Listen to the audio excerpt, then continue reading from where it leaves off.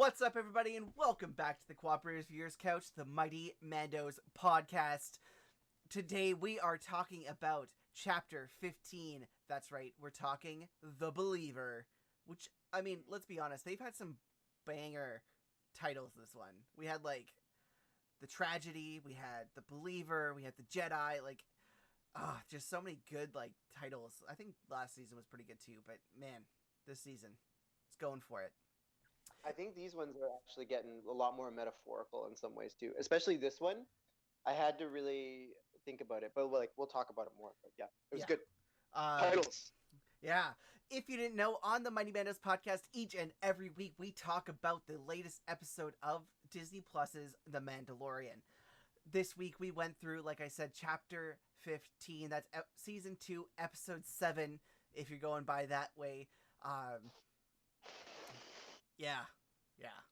Damn. You can catch us each and every week on Sundays live on Twitch at around 1 o'clock PST for the most part, unless there's a change, in which case we will put that on our social media, which you can also follow, and those links will be in the description of this video or in the description of this audio, depending on how you're doing this. You can also catch us on wherever you listen to your podcasts, starting, I think they go up on about Tuesdays, Monday or Tuesdays, depending on the week. So make sure to subscribe to the Cooperative Viewers Couch on your podcasting platform so you never miss an episode. I think that's it for our small intro. Let's jump right into this, Gabe. What did you think about The Believer? I thought it was a very, I said earlier before we started officially talking about it, it was a subtle episode. I think it was one where, man, the director, Rick, and I always mispronounce his last name, Fatu. Come on, you got this. Fuwima, Famawina, or Fam. You're saying a lot of things, but I don't think any of them are the right words. I don't know. I just feel like he just really can't catch a break because he had last season's episode that he directed, which was a bit of a stinker. A bit of a stinker. I feel like, though, after watching this episode, it redeems that episode a lot because it does a lot of setup for what we see here.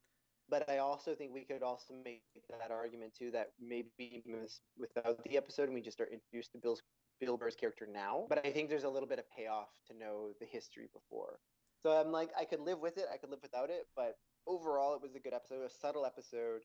I think there are a lot of questions in this episode that are really good for unpacking and doing a closer analysis. One of the questions I have is, to what extent do we see Bill Burr's character grow from being incredibly pessimistic about new ruling societies or class, or the fact that the revolution happened or didn't happen, and who's on top and who's not on top, to then completely in one single shot destroying the compound and then being released. And then a further deeper analysis, I think, would be, what is the Mandalorian saying about the prison system or the prison industry complex in terms of rehabilitation? What is the point of rehabilitation? And then the bigger question, which I really has made me think a lot about, which is, who is the believer?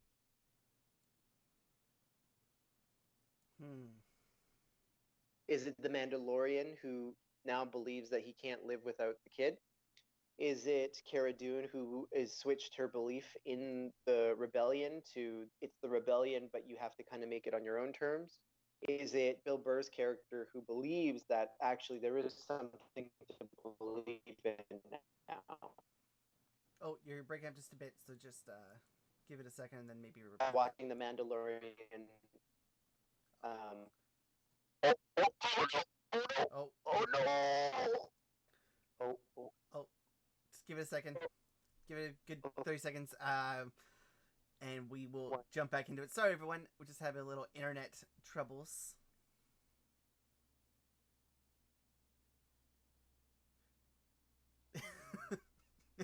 And Gabe is doing some karate chops. Did that fix it? Yeah, that seemed to fix it a little bit. Let's see. Keep going with your point, and we'll see if we need to... Oh yeah, I think my point was watching Bill Burr watching The Mandalorian kind of basically just give his life and make a whole bunch of different changes to his philosophy and to his way of being. For example, the helmet being off, um, going without his armor for what? Somebody he doesn't even know. Like Grogu is someone he doesn't really know, but that's something that now the Mando believes in. That gives Bill Burr hope and to believe in that. And again, there's so many layers to kind of unpack and think about. Like, well, what is it? And then like again, I want to have someone with a gender studies background on here to talk about the different ways in which men think and in which men believe or don't believe, or like what changes those belief systems and those old structures. Is that a larger, like there's so many things. Yeah. So in a way, it's a hell of a subtle episode, um, but it raises a lot of questions. And yeah, my one critique about it, and I don't know if you have the same critique, which is I found this season to be a lot of we got to go do this thing, but in order to do this thing, we have to go do this other thing, and that other thing is the whole fucking episode, and then we Mm-hmm. go bigger thing. And to me, that's like I'm not in it to play an RPG. I'm in it for the movie experience. I don't want to take these little side quests, Oh. but I want that also just because they only have 8 episodes. Yeah. So we don't have time for this shit, man. Yeah, it's true. In this season, more than last season, even, it really feels like it's on these like side shoots. Yeah, Some of them I think were necessary. Like I liked the one with Ahsoka, of course. I thought the Jedi episode was amazing.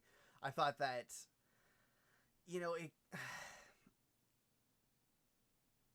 No, I wish that I could say that this really redeemed the prisoner from last season, but I really don't think it did because they could have done this episode without it.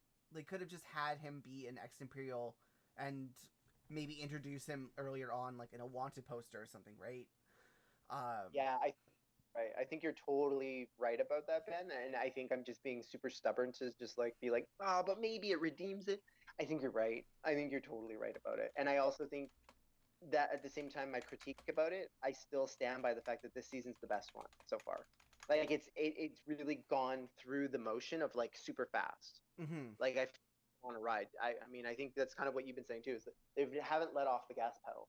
Yeah. I and yet we've gone on these side quests. So Yeah, and I don't know. I think that there's other ways you could have done this too. You could have brought in the other Mandalorians. You didn't actually yeah, need to bring back Bill Burr's character. Having him kind of show that he left the Empire for a reason because he didn't believe in what they were doing anymore was interesting. And like it was like, all right, well maybe that character has a little more depth to it than what we saw before. We're obviously going to see him again because he was released. I think that he's probably going to end up just being that character that comes back once every season. I yeah, just I I don't know why he is the one they chose for that, but I think that he is going to be that character. Think like the Pontiac Bandit or something from Broken 99. And yeah, it's interesting, and I wonder. I mean, I could even see them bringing back. I don't know, maybe even for the next episode, but I doubt that. But one thing I did like about this episode is it's kind of like made me think back to season one when we were talking and how we wanted these characters to like come in and be part of like this group, right? Um, I think we're seeing that more and more right now, like how the Mandalorian is changing, that he's no longer just a lone wolf and he has these people along for the ride with him to like complete his mission, right? And I love that. I'm loving the format that they're going into. That it's not just him alone running. It's now him with friends hunting and like really being like kind of a bounty hunter again. yeah, Uh, I do. There are some parts, obviously, that I'm still not happy with. I think that, uh, again, bringing this episode in when you only have 8 episodes, yeah, it does make a lot of sense. I feel like there's other ways you could have handled all this. You could have handled him finding uh, Moff, Gideon, other ways compared to having to break into the thing. Also, like, why was the Mandalorian why was the Mandalorian able to get past the sensors? Like, sure, he might not be like wanted or like a rebel, but wouldn't they have a database of all the stormtroopers? Like, why would he be able to access that information? Like, that seems like a very big oversight in the eyes of the Empire. Like it would, yeah, like it just doesn't make any sense when you actually think about it. Like, questions with that one. A lot of questions about what did the scanner show? What does it say as red? Like, yeah, yeah. I mean, yeah. It's if you think about it though, on the flip side of it all, I guess it sets up for a really, really action-packed oh episode. yeah, that's all this episode was for. Obviously, was to set up the next episode. But at the same time, it's like, well, sure, it had action packedness. It had like the fight on top of the explosives. It had some really good scenes there. You saw like the stormtrooper fight. You saw Bill Burr get like this kind of redemption against this guy who murdered all of his like squad mates, and kind of like, again, I don't know if I would exactly say it endeared me to him, but it like kind of explained a little bit about him. But it doesn't also match up with what happened in season 1 with the character. Like, he almost seemed proud of being part of the Empire in the first one, and it seemed like he only left the Empire because it got destroyed. But now we realize that no, it's not that. So it's like when you look back, you're like, well, why did he speak about it with like kind of like reverence in certain ways? So it's just a little bit confusing what they're doing with that character. I have to imagine that the director and the writer, the guy who you tried to say earlier, the director you tried to say earlier, so awful. One day you will get it. But I think because of this kind of, I don't know, because he's only been in episodes directed by this person, I wonder if they're like friends, and he really wants to push this character into the universe. Because I don't see a reason why to do that otherwise, right? You could have just brought in those other Mandalorians, right? They were badasses, and like, if he can get through the scanner, then why couldn't they? And like, they could have just hid as well. So I don't know. It's just like these little things that I think weren't explained well and were kind of done nonsensically that made this a little bit upsetting as a overall episode to throw into an 8-episode arc. Again, if we had 20 episodes in a season, I'd be like, yeah, sure, you do whatever the hell you want for like 10 of those episodes, but 10 need to be revolved around this plot. When you have 8, you can't really be like last season was really bad. Like, there were like 3 filler episodes. This one, I would say that this is probably the only filler. Like, true filler. Because everything kind of built to something else in the other episodes, right? Even like the first one with the Krayt Dragon, though it could kind of be considered a filler, it did bring about the armor, which brought about Boba Fett. So it's like kind of that it had links to later in the season. This one kind of just is there. And again, it's not bad that it's happening like that, but when you have this few episodes, it feels kind of bad to throw it in there when everyone wants something more, right? And again, we're leading into like this probably super epic finale. Like, I have to imagine the finale is going to be huge. And I'm not sure if he's going to get Grogu back too. Like, I think that'd be really interesting if he didn't get Grogu back, and that was kind of next season, right? Was him hunting for the baby. Oh, I mean, the thing is I think that's kind of what we're settled. That's what I've settled into too. Is like, it's gonna be a cliffhanger season finale. Yeah. Like, there's enough episodes to resolve the amount of issues that we've got, and I would almost wonder. I wonder 2 things. I think that maybe it's just because I'm a lot more forgiving. I feel like last season did a lot of groundwork for this season. Like, the idea of Boba Fett, the idea of Bill Burr's character, and like unnecessary episodes. I think you and I both agree they were unnecessary episodes that gave us like segue into like maybe like what I think each one of those episodes gave us like a minute of clue into what's going to happen in the next season. Yeah. And for me, here's my hot conspiracy theory. I wonder if this season was all about expanding the universe for the other Disney Plus shows. I think so. Which is like, that's fine. I'm okay with that because so far I feel like it hasn't deviated from the main storyline, and I'm fine with that. Yeah. And I think I've said this so many times on this podcast that like I'm not a Star Wars fan.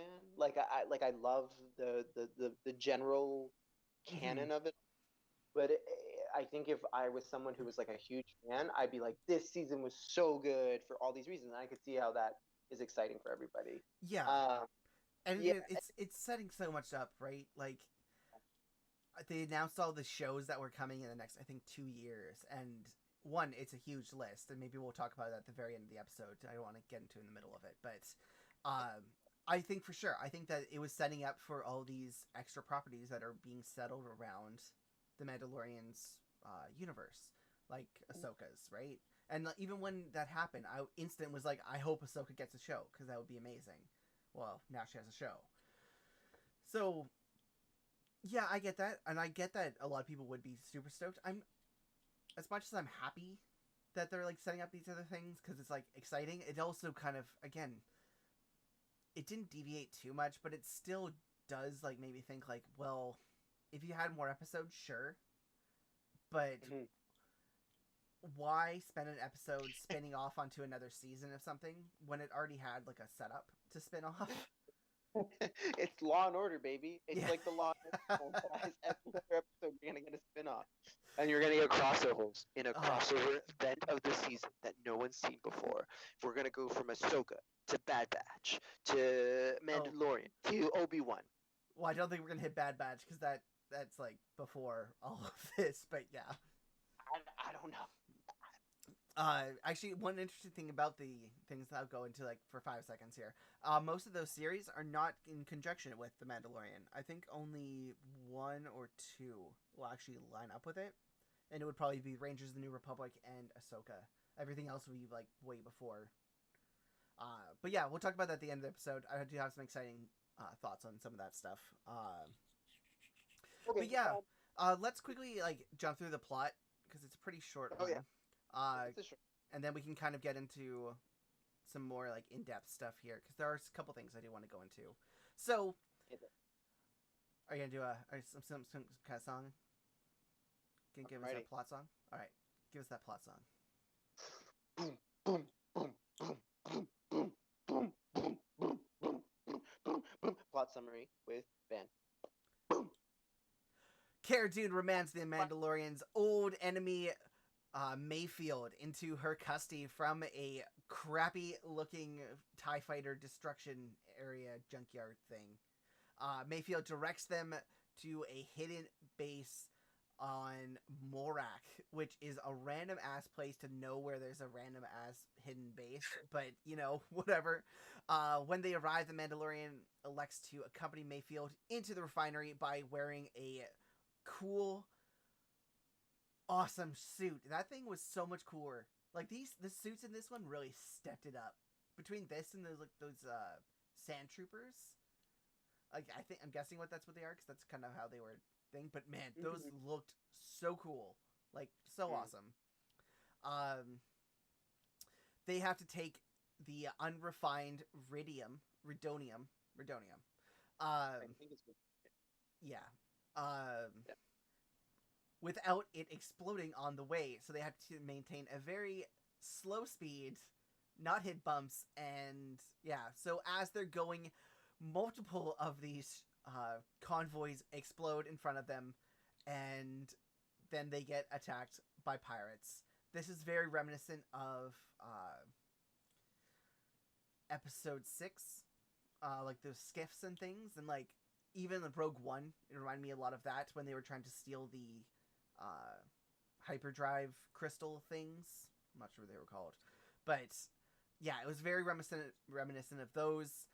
Mandalorian fights them off, and they almost explode a couple times. And then when a large group comes at them, 2 TIE fighters come in and save them at the last moment, letting them reach the facility, being the only cargo ship to reach the facility that day.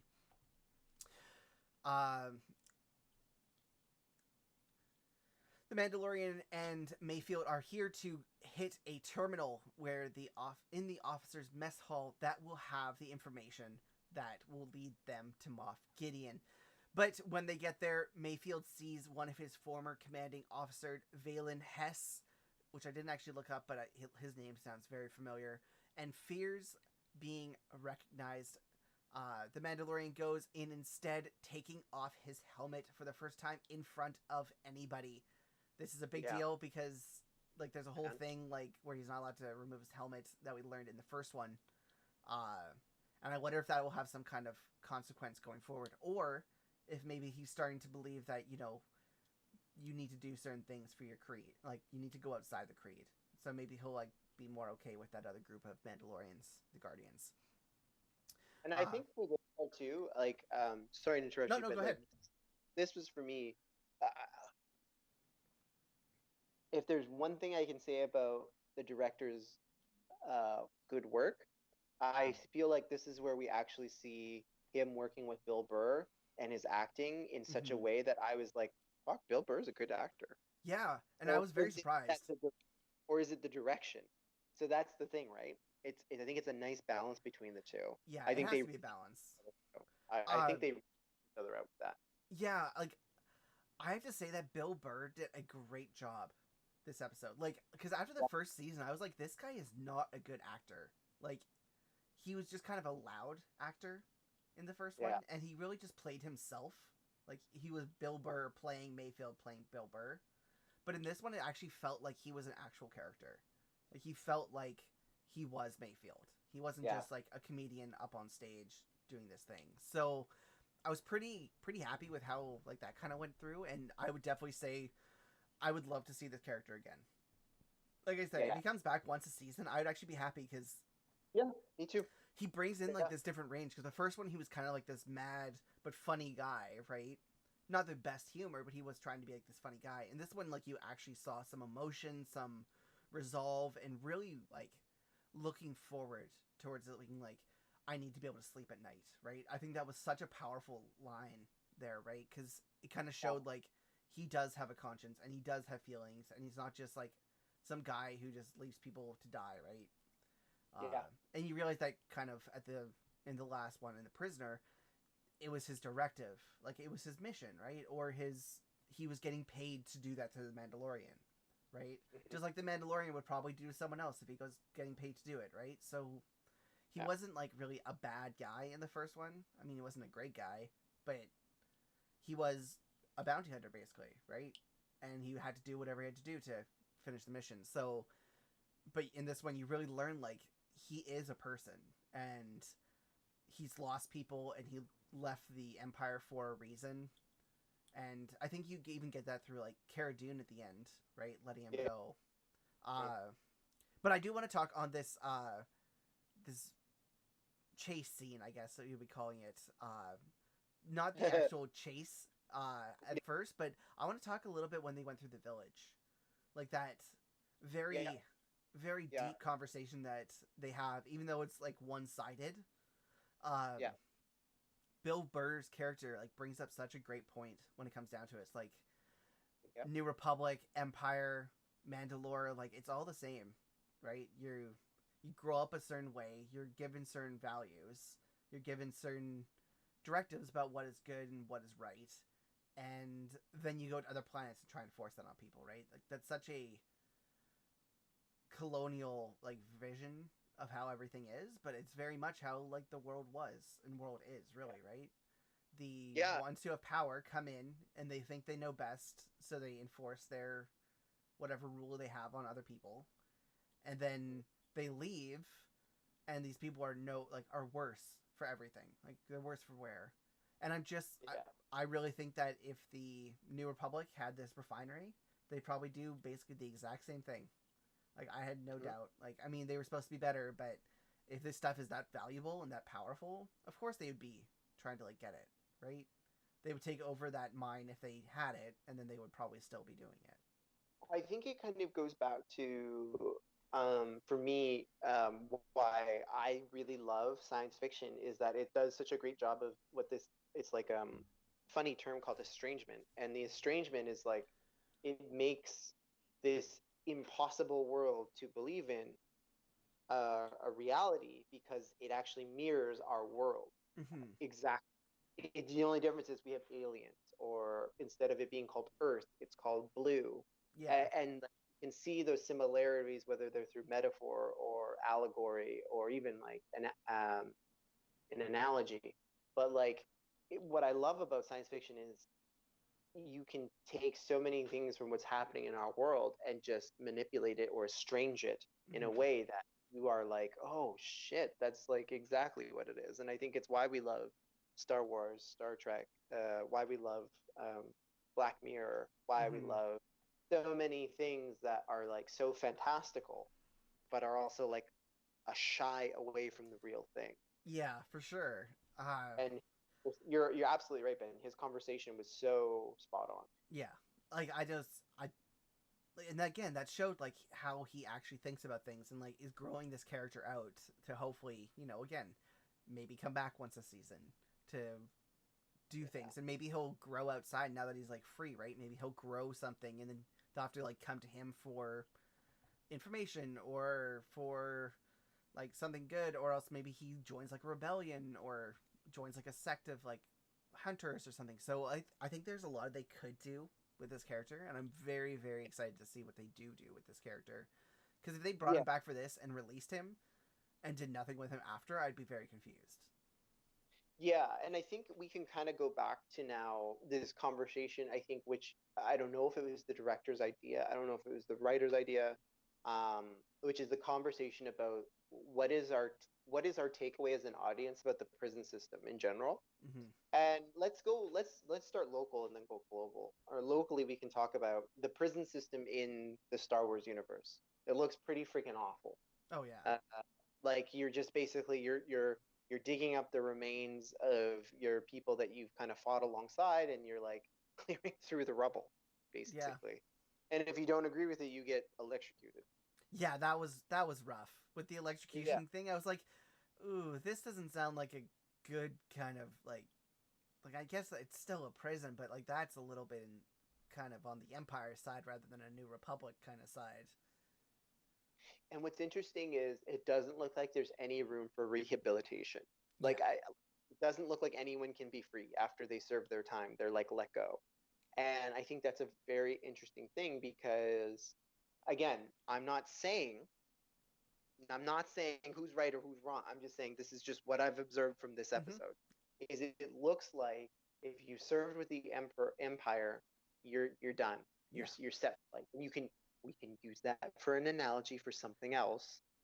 I won't say what, but we could use it for an analogy for something else. And so if that person served under this regime, we could say that's it. You're done.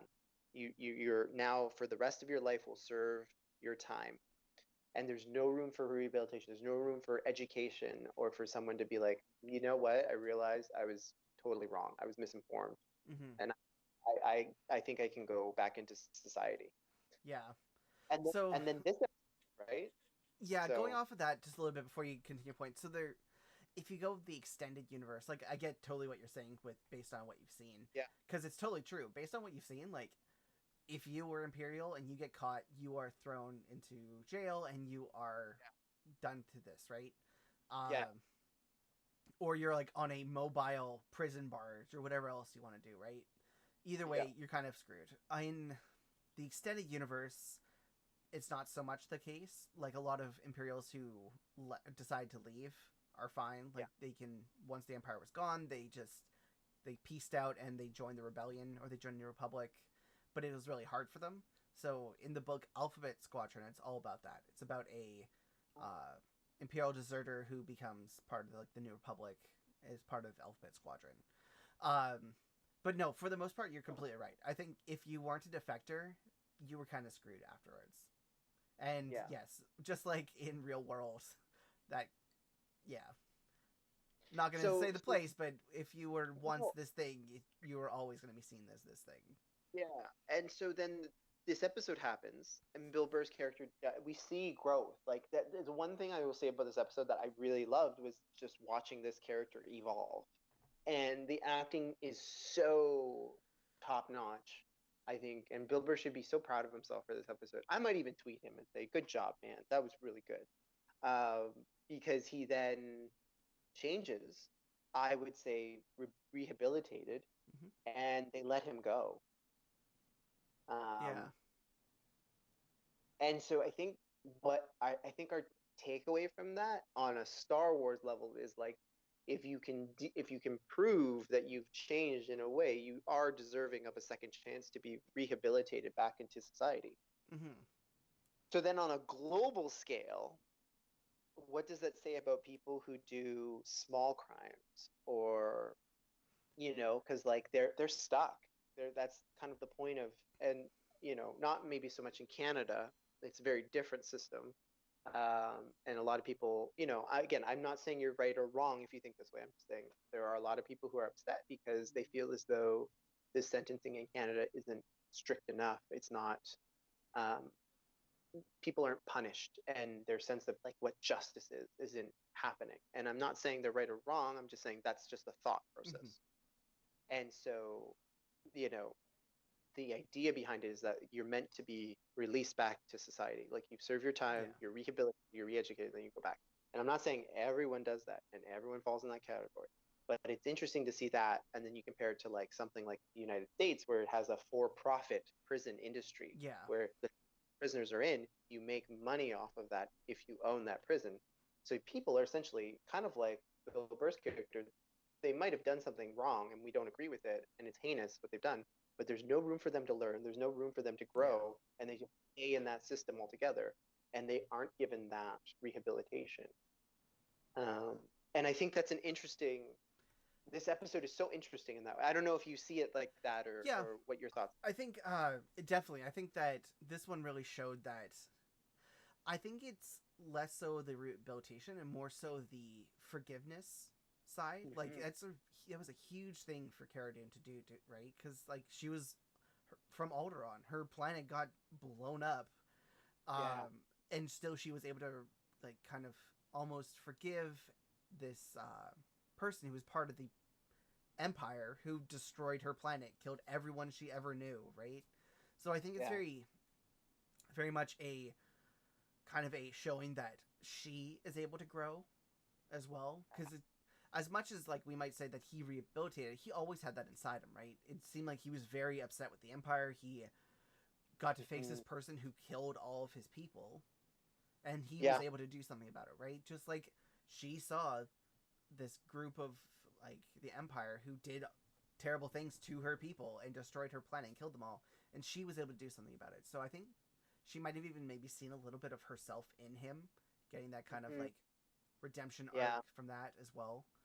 Uh, And that's a really yeah, beautiful point, because you're the forgiveness thing I didn't even think about, and in a lot of ways, I think globally, us as a society, I think we're not. This is a general assumption, so I don't have enough evidence to prove it, but I think it's hard for us to forgive oh people. yeah, I think it's a really difficult thing, and myself included, it's so hard to do, and I think it's a lot easier said than done. But your point about Cara Dune, I think, is something so fascinating that I didn't even think about, because maybe she's the believer because she believes in his character now. mm-hmm. As well as the Mandalorian. The Mandalorian forgave him too, right? I Yeah, mean, they yeah. threw each other into a jail cell, and then at the end of it, he's like, "Yeah, just go. Like, get out of here. Like, you did Mm-hmm. something really incredible." As well, the Mandalorian would have like no. Like, I'm very almost surprised that he didn't actually kill Mayfield because he saw his face, right? But Yeah, the fact that Mayfield killed everyone in that room because they saw his face is even yeah, bigger, right? And then he's just like yeah, straight up, he's like, "Put your helmet back on. I didn't see your face," and like yes, was very much like, "You did what we had to do. We talked about this. Like, what lines are you willing to cross to get what you need to do?" And then he kind of comes back and is like, "I yeah, get what you did. You just saved everything, and yeah, I tried to fix it as much as I could, but I respect you enough to be like, I will never tell anyone that I saw your face." And I think that was a huge thing too, right? yeah. So I think That's smart. again, I didn't even Mayfield, think like, about that. That's so smart, Ben. That's yeah, really that's this. See what I mean? This episode, it's like so subtle. It's yeah, like a subtle episode, and yet we talked about it's not necessary, but it kind of is. Like it kind of is, and I'm yeah. okay with that. In a lot of ways, I think it is, and I think in a lot of ways, it really is an interesting look at that character, um, and like how they're gonna move forward with him. And again, yeah, just a lot of stuff, and then also looking at the Mandalorian and Cara Dune, and like seeing them grow, and Yeah. So let's just finish up this plot really quick here, and again, do jump in if you ever need to, if you have anything to say here. But we talked about that part. So yeah, the Mandalorian goes inside to get the terminal, which needs a facial scan, forcing him to remove his helmet, which requires the codes as well. And it's such a powerful moment because it's the only second time we've ever seen his face. One was in front of IG-11, and then now. Yeah. And again, it's him. You can see like his pain when he does it too, and yeah, like he's yeah, because like he hasn't removed his helmet for anybody like in front of like real people in a long ass time. Because I wouldn't even count IG-11 as part of it, right? Just like IG-11 he's not didn't. Yeah. So yeah, very very interesting, very painful part I think for him. Yeah. Here he is then confronted by Hess. But here Mayfield also intervenes to save him because he didn't know his TK number, and Mayfield kind of played it off as if he had lost some brain cells and some hearing in what was it? A depressurization accident. Yeah. So I thought that was really good, very smart from Mayfield, and Mayfield also gave up the chance of him being found out, right? So he like he could have sacrificed himself very hard right there for the Mandalorian.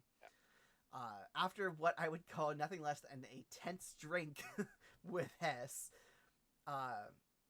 he callously dismisses the Imperial soldiers and civilians who died in Operation Cinder that Mayfield brings up. And then after a very, very awkward conversation, Mayfield shoots him and then everybody else in the room, like we talked about. Yeah. They then have to make this sweet escape on the side, which is very reminiscent of like James Bond or Mission Impossible, where they're like climbing around on the side. But you have Fennec and Dune up in the side, providing cover fire. These two are amazing shots. Like, how did the Mandalorian ever get an upper hand on her? Like, I just don't. She was just so cool. Again. We'll talk about this a little bit later, but I was listening back and I remembered saying that I wanted her to be part of like a mainstay on the show, and she's back. And I forgot to talk about that the other day. And I'm just like, yes, they're not wasting this character. And then Boba Fett arrives in Slave One, which again is the most random ship design ever because it like you have to flip yourself. Oh, it's weird, but I love it. It's so funny because like when I was watching it, my girlfriend said it looks like a happy face. The back of the ship kind of looks. Yeah, I guess it does. Yeah. After escaping onto Slave One, Mayfield takes a long rifle and gets a perfect shot, and you realize, oh, this guy was not just a stormtrooper. This guy was like a sharpshooter because that was an amazing shot. And it was like just an old school rifle. Like it was like a rifle that you'd use now to like hunt with. Like there was no special anything, like no super scope. It was like a old ass rifle, and he shoots one of the cargo ships and it explodes, destroying the entire facility. The ship is then pursued by 2 TIE fighters, but as it is Boba Fett in the helm, he uses this sweet seismic charge that he drops and has the most amazing effects. Like that was like world destroying kind of effect, and it like takes them both out perfectly. Oh, just so good. Like Boba really Fett's only been here for 2 episodes, and he has had some amazing like moments. You know what blew me away is he's had more lines of dialogue in like 1 episode than he had in 3 whole movies or 2 whole movies. Yep. I guess 3 if we're going to include Attack of the Clones. Oh well, no, actually, Attack of the Clones he had quite a few lines. The kid had quite a few lines, but as an adult, Boba Fett only had 2 lines, I think. I don't know, man. I don't know, but regardless, that seismic charge, it was cool. Actually, I'm not sure Boba Fett had any lines.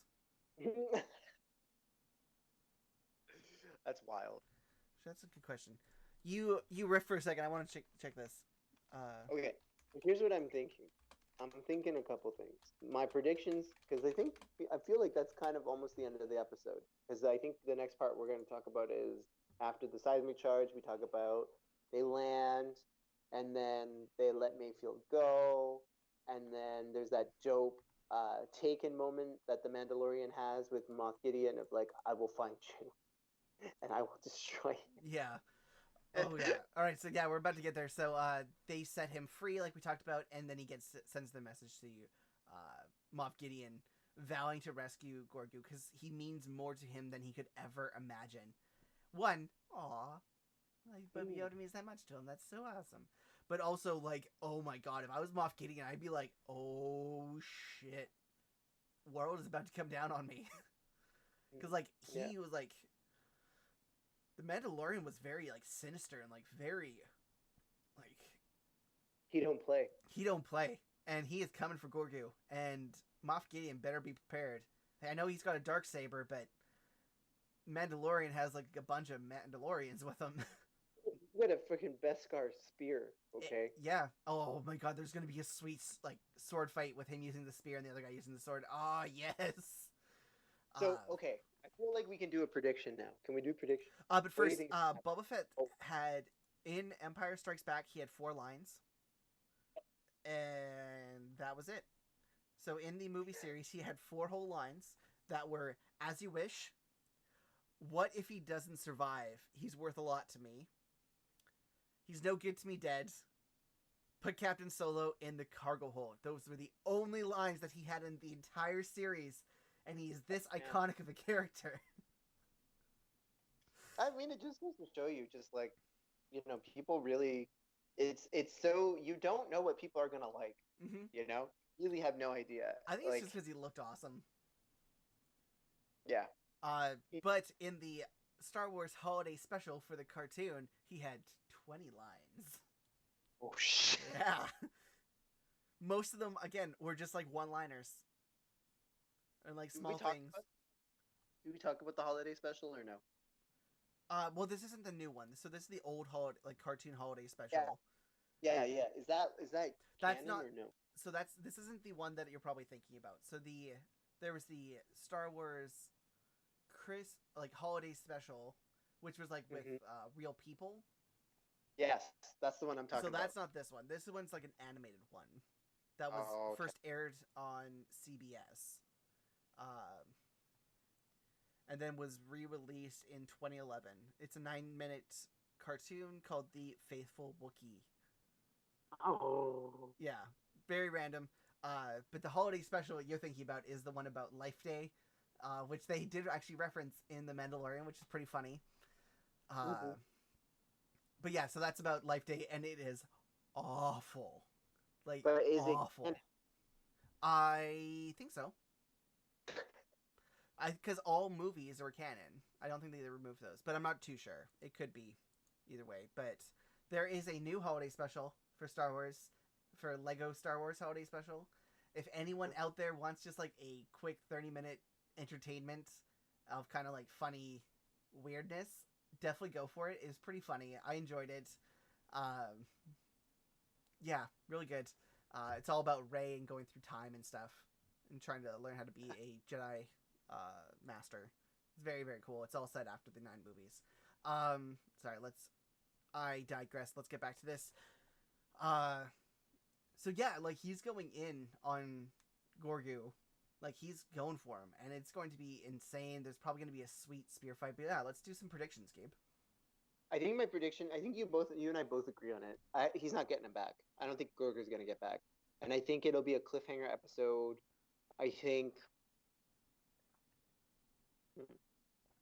I'm okay with this. I'll double down on it.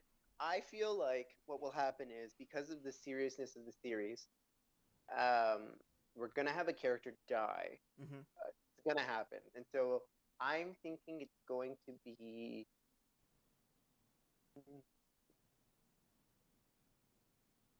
Here's my bold prediction. I think it's going to be Boba Fett. I can see that. I don't think it'll be Boba Fett, but I can see that. The only reason I say that is because there'd be no reason to bring Boba Fett back just for him to die, because he could easily have a spin-off series. I think that would just be like a waste of money for the studio. I think story-wise that would be really good because like he's indebted to him until like the baby's safe, but at the same time I don't see it happening based on money for the studio. Just because if I was the studio and I was like, I have this awesome property, why would I waste it and get rid of him? I think that I could see Cara Dune maybe dying unless she's part of the Rangers spin-off show. And yeah, it's hard because no one's going to be as impactful as the deaths from last season, right? When we lost this IG-11. is the way IG-11 and this is the way guy. Creel. Or I've spoken guy, yeah, Creel. No one this season is going to have like the same kind of impact if they die, because he hasn't been with people very long, right? So unless they bring in Cara Dune to die, or maybe Grief. I don't know how they bring it back. Well, I think they're going to bring back everybody. I think this is going to be a very big team-up episode, just like last season. I think you're going to get the Mandalorians, like the Guardians. I think you're going to get Cara Dune and Grief. I think you're going to get Mandalorian and... Oh, what's her name? The sniper. Oh, Fennec. There we go. Yeah, I think we're going to get these characters like to be part of it, but I don't think that if any of them die, I wouldn't be really upset, except maybe Cara Dune, because she's been in so many episodes. But even then, I'm like, she's great. Like, she's a great actress. She's a fun character, but at the same time, I wouldn't be as upset as I was when Quill and the other one died, right? Yeah. Yeah, that's a good point. I'm curious to see if we're going to see another Jedi, though, in this next episode.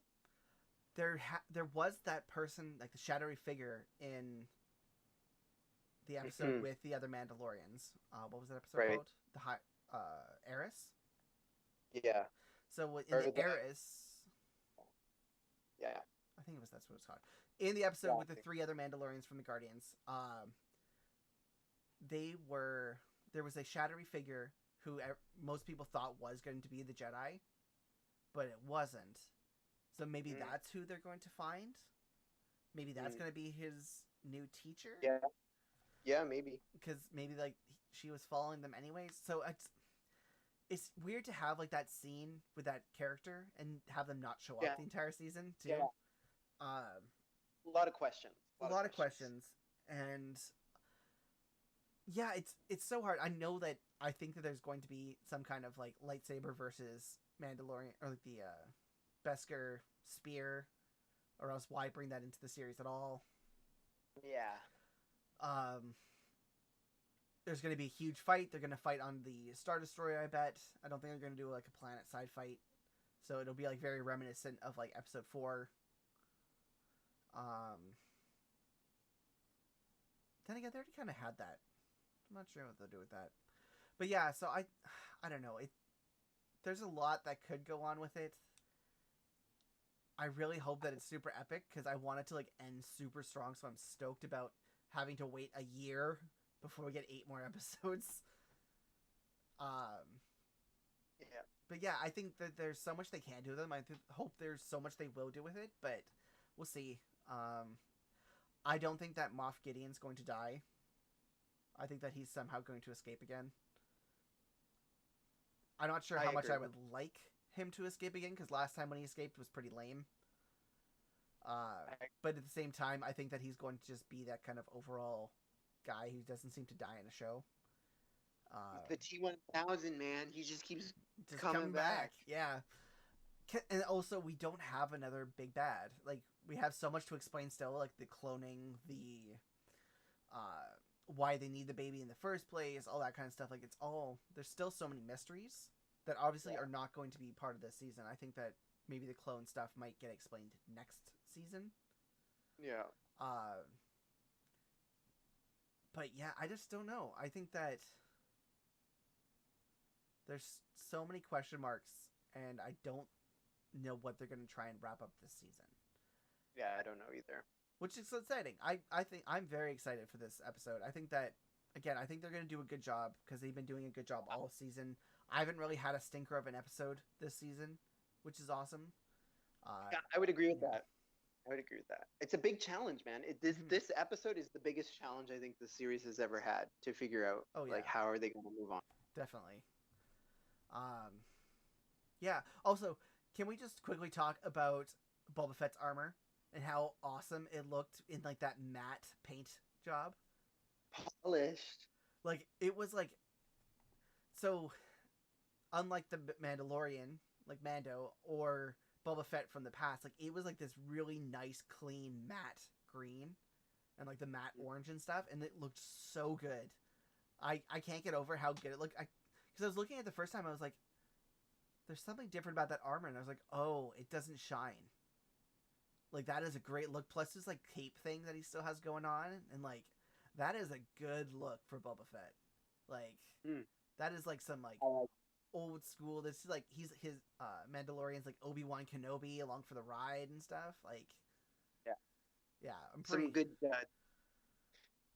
fresh. He looks fresh to death. I have to commend the costumers.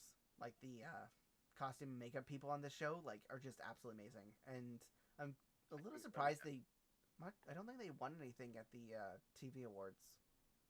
Could be wrong. I feel this would be the year for them to get nominated because they've had a lot of really good features and special effects and makeup and costumes as well. Like it would be silly for them not to get nominated or recognized, at least in Emmys? some.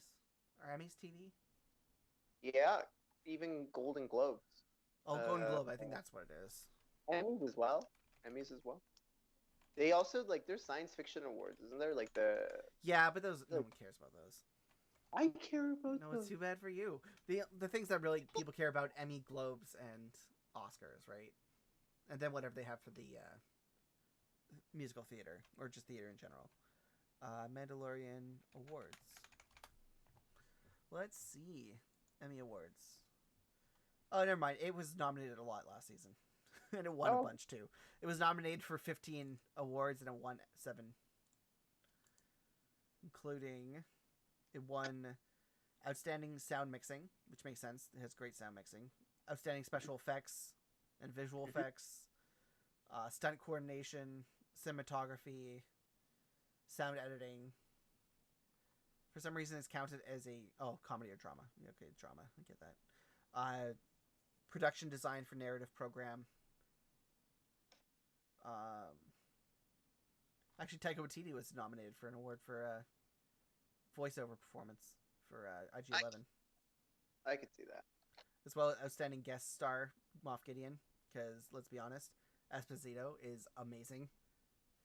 And then it won outstanding music score. So most of the stuff was for score and effects that it won stuff for. Yeah. That makes sense.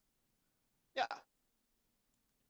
But yeah, so I think that this season, so far, I like it a lot. I like it mostly better than the first season. And I'm excited to see what happens next season. And then we'll do probably our short wrap-up episode after that. And then, yeah, then sad news to our stream. We will be saying goodbye to Gabe for a bit as he is going to school. So he needs to take a little break from the podcast. But I'm going to try and get some people together to do some of the Marvel shows, including WandaVision, Loki, and Falcon and the Winter Soldier as they all come out January, March, then May. So I'll go one into the other.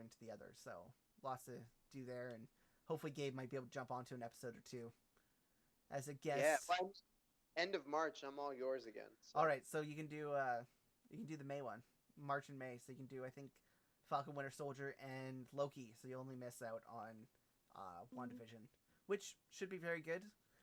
They all look really good. They all look amazing. They all look really like. And then, are we going to talk about these things? Yeah, so I want to talk a little bit now because I think we've kind of go through our thoughts on the episode. Is there anything else you want to say about the episode before we jump into this? All right. If you haven't watched the episode yet, you should have by now because we spoiled everything. But if not, definitely go back and watch it. Also, I would suggest before going into the finale that you watch the entire season up to it because I think there's going to be things that we missed. Especially as like viewers who only watch it like once. I personally watch each episode about 3 or 4 times getting ready for this podcast, so I catch a lot of these things. But I'm probably gonna watch all the episodes leading into the finale just to kind of get a sense of where the season went and how it's going to finish off. So I'm pretty stoked about that. But we have some great news. There are a lot of new shows coming to Disney Plus. I'm going to focus on the Star Wars ones, obviously, and we are confirmed for a season 3 of Mandalorian. It's already been confirmed. I'm guessing that it's probably already started shooting. I'd be very surprised if it hadn't.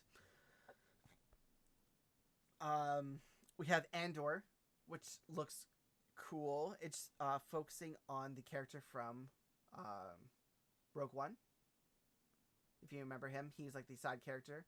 And that show will definitely have a endpoint because he dies in Rogue One. So, yeah. So I'm stoked for that. I think it's really good for Diego Luna. Yeah. I think he's such a good actor, and what I like about it is exactly kind of what he said in his interview, which is like there's such a huge universe out there, so you want to know different things, and it doesn't always have to be about Jedi. It can be about a bunch of other things, and exactly. I think Rogue One did that. Yeah.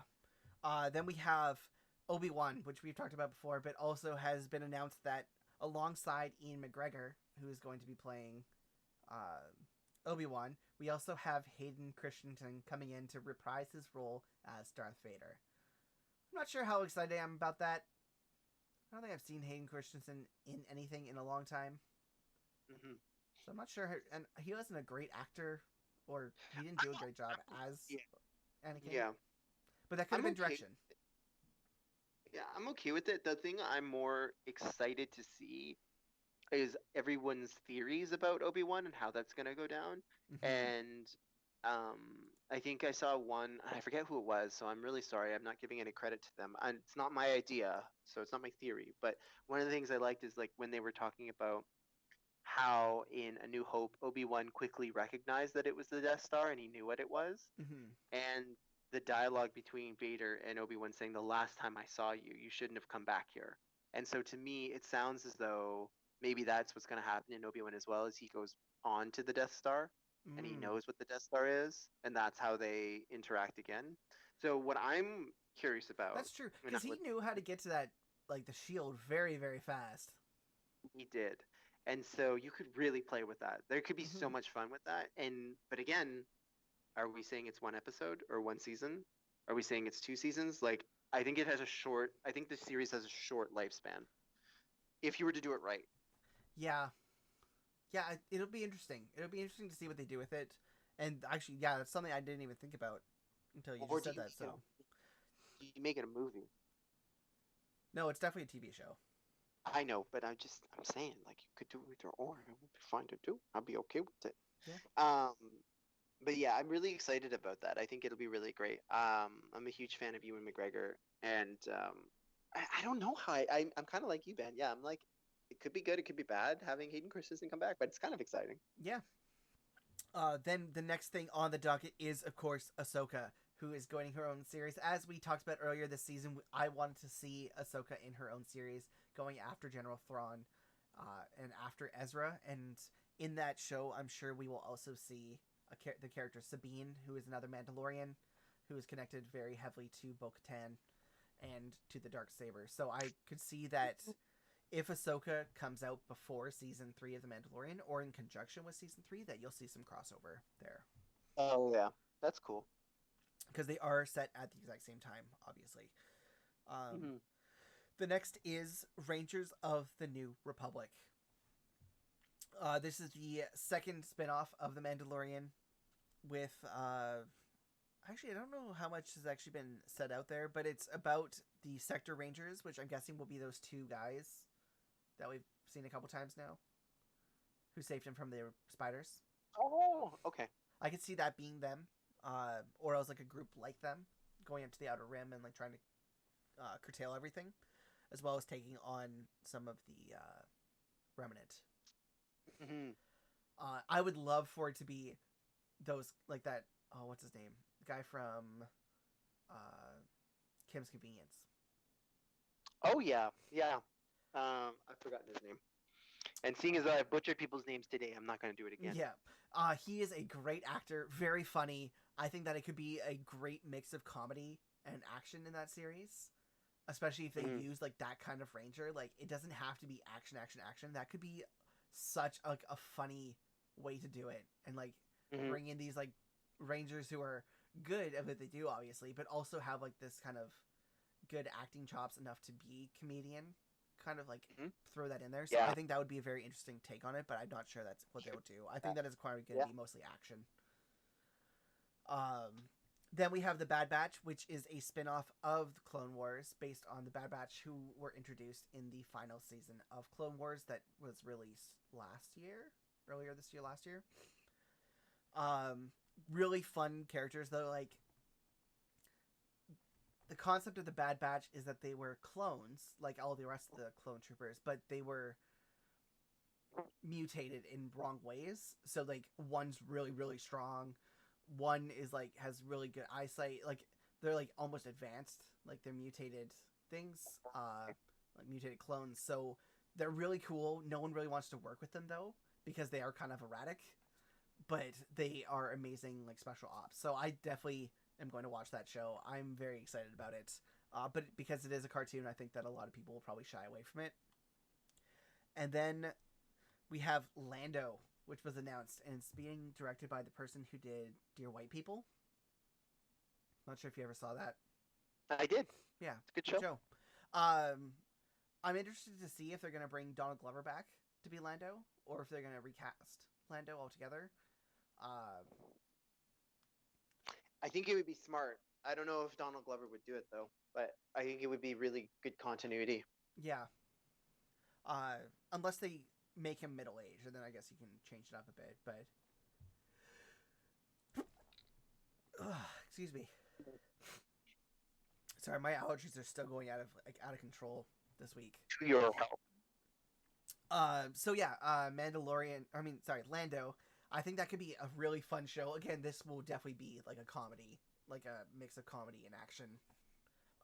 Heist.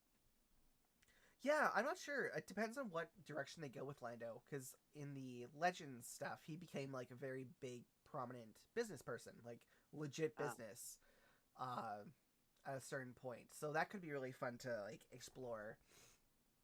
But I'd also be super cool with it being like during his smuggling and heist days, because Lando does show up in Star Wars Rebels quite a few times, and he helps out the other guys, or the main character cast, with different heists and different like jobs and stuff. So that could be really cool too, like this very like mix of like heisting or like being the boss of a heist and stuff. So I don't know, we'll see.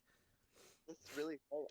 Whatever happens, I think they have the right tools to make all of this happen. I think because most of that production team is coming from the Marvel Cinematic Universe, and they were really good about expanding that universe really well. Mm-hmm. So I think so. Then the last one that was announced is going to be from the director of Russian Doll, or the creator and showrunner of Russian Dolls, as well as Sleeping with Other People, filmmaker Leslie Headland, I believe. And this series called The Acolyte. And this sounds amazing. It's going to be presented in the time of the High Republic, which was way, way, way before even the prequels. And it's during this new kind of timeline that they're bringing in with this new book series they're bringing out. So I'm very, very excited to like see what they're going to do with like the origins of the Jedi and stuff. And I think that you could get some really cool things in here. Very like action heavy, but also very learning more about what made Jedi and why they are how they are, and like what brought about the Sith, and like all these different things, because there's so much stuff that they could go back to, because there's so much history. You could also bring in the war with Mandalore, right? The war between Jedi and Mandalore from way back. Like that would be really interesting to like learn about these characters that we love now, but in their like histories of these people. So I'm very, very excited about Acolyte. I really hope that they do something cool with it and don't screw it up, and that we get like kind of more of this history look of everything. Yeah, I think that'd be really cool to see. Yeah. So those are the new properties that are coming out. I would be very surprised if after Boba Fett's venture into all this that we don't get a Boba Fett show announced next year, Mm-hmm. for like a 2022 or 2023 release, because now that he's back, Yep. all bets are off. Like, he could do so many things, but bringing back like the most iconic bounty hunter in the Star Wars universe, like, you better not waste this like resource that you have. Just use it and get something out there. Yeah, yeah. I think so. I'm. There's just a whole world out there now for like these expansions to go off and these sideshows to kind of do their own thing. So, I mean, it's very interesting. I don't know which one I'm gonna watch, but I'm excited. I'm for sure you'll them. watch them all. Send me a bad Lando. batch. But yeah, no, I'm very excited. I think that there's some good things coming. Sorry, I'm starting to lose my voice. My allergies are just killing me right now. But yeah, I think that there's just so much exciting stuff coming out, and I'm very excited to see what happens next. Yeah. I think that does it for us this week. I'm going to get into that wrap up time. If you didn't know, each and every week on the Mighty Mandos, me and Gabe talk about the newest episode of The Mandalorian. We are go live on Sundays. Next week will be the final episode of the actual series. Then we will probably do one more wrap up episode. In which time we will, I think we're bringing Gab back for the next episode and probably for the finale if he's in for it. Which is exciting because we'll actually get some good audio on there. Sorry about last week's episode, everyone, with the audio being doubled. There were some weird settings in my OBS that did not like me very much and created that echo that you heard. I haven't decided if I want to release it on podcasting services. I might do like a little preamble to it and then release it. But yeah, I wasn't able to clean it up enough to actually get rid of the double voice. But that is okay. It happens. That's what we get when we're amateur podcasters. And yeah, you can catch us on social media. We have Facebook, Twitter, and Instagram, as well as a TikTok that we will probably start using more eventually. I think there's some good ideas that we can do for TikTok, and yeah, getting built on that. We also have a YouTube where you can catch this video if you missed it live on Twitch and you don't want to listen to it on a podcasting service. Please make sure to like that and make sure to subscribe to all of our social channels as well as onto us on Twitch, as well as any podcasting service you use. If you can give us those 5-star reviews, give us a little comment, we would love to see that. We'll be checking that on Apple more and more going forward. We also have some new projects coming up in the new year, including one around Disney, some more video game stuff, all kinds of stuff coming out. We're going to have tons of content, so I'm very excited for that part. Yeah. Gabe's excited. It's wild. I'm also streaming full-time on Twitch right now. I go live every day at about 1:30 p.m. PST, and then I take a little break and come back around 7 for usually a podcast or other activities. Usually some casual games like that too. He's probably going to be playing Worms tonight with me. Probably. Yeah, probably at some point. Maybe after the girlfriend leaves. Yeah. Yes. Other than that, make sure to stay tuned next week for the final episode of The Mandalorian. I'm very excited to see what happens with Moff Gideon and what will happen to our favorite Baby Yoda, little Grogu. But that will do it for us today. As always on the Mandalorian podcast, the Mighty Mandos bring you your question of the day. Okay, so here's my question. My question is, what happened to the people on the planet that lived there after that huge explosion happened? Probably partied because the Empire was gone? Maybe. But now they got nothing to ore. Maybe they wanted to ore. Well, I don't think they wanted to ore. I think like that was killing their planet. Oh man, and their people. That's a larger thing too. I wonder if they were having a comment on indigenous rights. Probably. Oh shit. This episode was a good one, I guess. Yeah. This is a good episode. Again, Oh, I don't think I'd put it in my top 5, but it would be close. It'd maybe be like 6 or 7 out of like all It's the episodes. it's It a is little, good. it's a slow burn. It's a slow burn for sure. Yeah. Um, mm, yeah. Okay. That's my question. Yeah. And my request to everyone else is as we come up into our finals, we would love to see your list about your top 5 episodes. Ooh. If you want to send those to us in our DMs, or better yet, tweet at us at operators_the_co, or on Instagram and Facebook at the Cooperators. Yeah, exactly. Be doing that. And we would love to see what your top 5 episodes are of The Mandalorian for the 2 seasons so far. And any other comments you want to give us or questions that you have. If we get some questions, maybe we'll do a mailbag episode to wrap out the year. But we'll see. Got to get those questions first. So make sure to send those in to the Cooperators Entertainment at gmail.com, or DM us on any of our social medias, or add us, whatever you want to do. Please. Exactly. All right. That will do it for us this week. Thank you all for watching. Thank you all for listening, and we will see you next time. Bye-bye.